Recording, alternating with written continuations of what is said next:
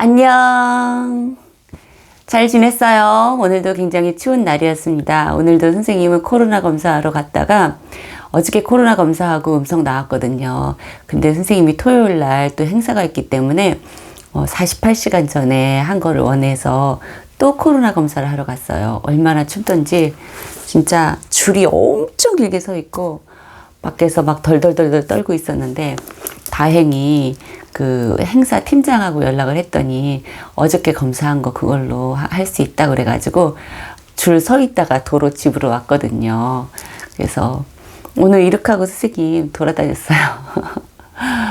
요새 선생님 되게 많이 걸어 다니고 그 여러 가지 준비할 것이 많고 그래가지고 참 이러고 다니고 있어요, 여러분.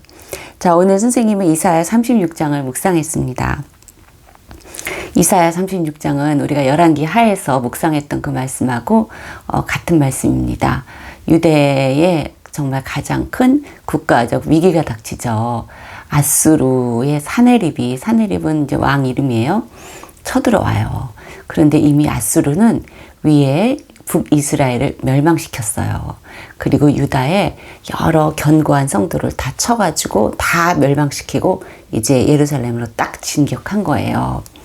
히스기야 왕 14년에 아수르 왕 사네립이 올라와서 유다의 모든 견고한 성을 쳐서 취하니라. 아수르 왕이 라게스에서부터 랍사게를 예루살렘으로 보내되 대군을 거느리고 히스기야 왕에게로 가게 하매. 4절 네가 믿는 바 그 믿는 것이 무엇이냐? 보라, 네가 애굽을 믿는도다. 그것은 상한 갈대 지팡이와 같은 것이라. 사람이 그것을 의지하면 손이 찔리리니 애굽 왕 바로는 그를 믿는 모든 자에게 이와 같으리라. 15절 히스기야가 너희에게 여호와를 신뢰하게 하려는 것을 따르지 말라. 그가 말하기를 여호와께서 반드시 우리를 건지시리니 이 성이 아수르 왕의 손에 넘어가지 아니하리라 할지라도 히스기야의 말을 듣지 마라.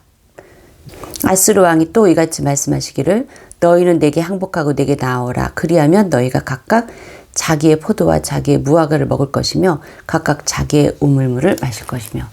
우리도 선생님도 때로는 지금 유대처럼 이렇게 절대절명의 위기의 순간이 있어요. 가정적인 위기가 있을 수도 있고 또 건강의 위기가 있을 수도 있고 재정적인 위기가 있을 수도 있고 재정에 쫓겨서 선생님도 돈이 한 푼도 없어서 선생님 동생한테 300만 원 빌린 적도 있어요. 근데 이렇게 위기의 순간에 하나님을 의지하기가 굉장히 어려운 것 같아요. 너무나 위기가 크게 닥치면 하나님께 기도조차 잘 나오지가 않아요. 선생님이 돈이 없어서 누구에게가 돈을 꾸러가야 되는 그런 형편이었거든요.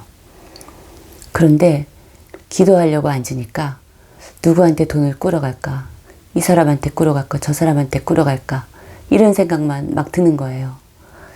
그때 하나님이 저 하늘문을 여시고 돈을 뚝 떨어뜨려 주신다는 생각은 하지 못했어요.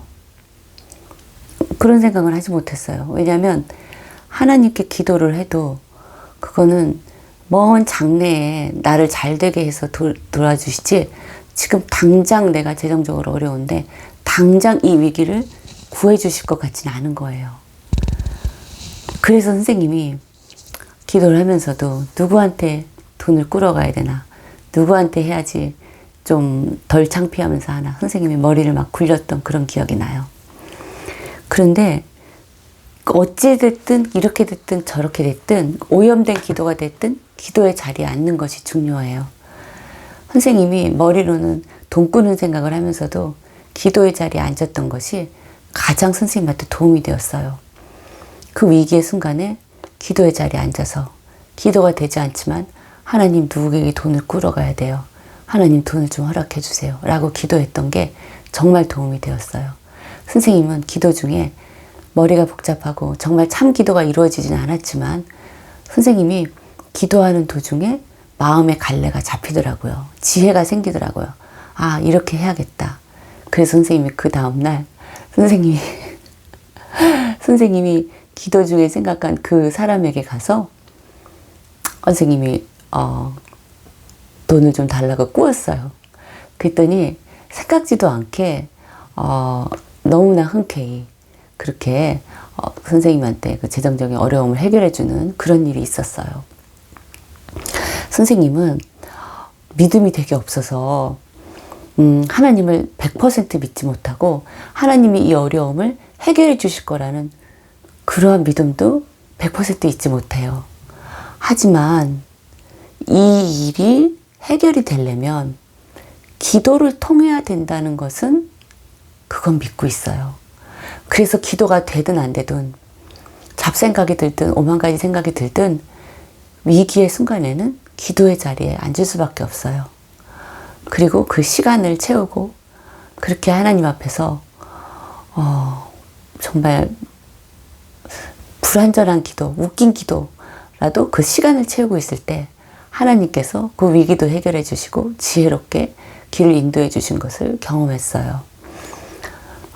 그래서 저처럼 믿음이 없는 사람, 하나님을 전적으로 믿지도 못하면서 그래도 엉기적거리면서 기도의 자리에 나아갔던 게 그게 가장 큰 정말 하나님께 응답을 받는 그런 비결이 아니었나? 지금은 그런 생각이 듭니다. 요즘은 위기가 뭐냐면 선생님이 하나님 말씀을 덜 읽어요, 요새. 왜냐하면 선생님이 건강에 문제가 있다 보니까 이 건강을 어떻게 해결할까 하고 선생님이 막 유튜브에서 진리를 찾거든요. 그런데 오늘 말씀 읽고 기도하면서 그게 아니라 하나님께 기도하는 시간을 더 늘리고 하나님께 말씀 있는 시간을 예전처럼 좀 많이 가지면서 거기서 답을 찾아야겠다. 이런 생각을 또 선생님이 오늘 했습니다.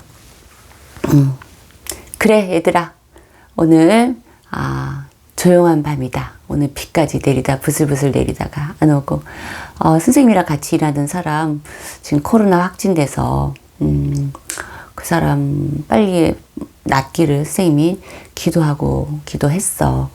지금 코로나 걸려도 병원에 가지도 못하고 집에서 자가치료를 뭐 한다던데 그럼 가족은 어떻게 되는 건지 정말 너무 어수선하고 너무 불안한 그런 때다.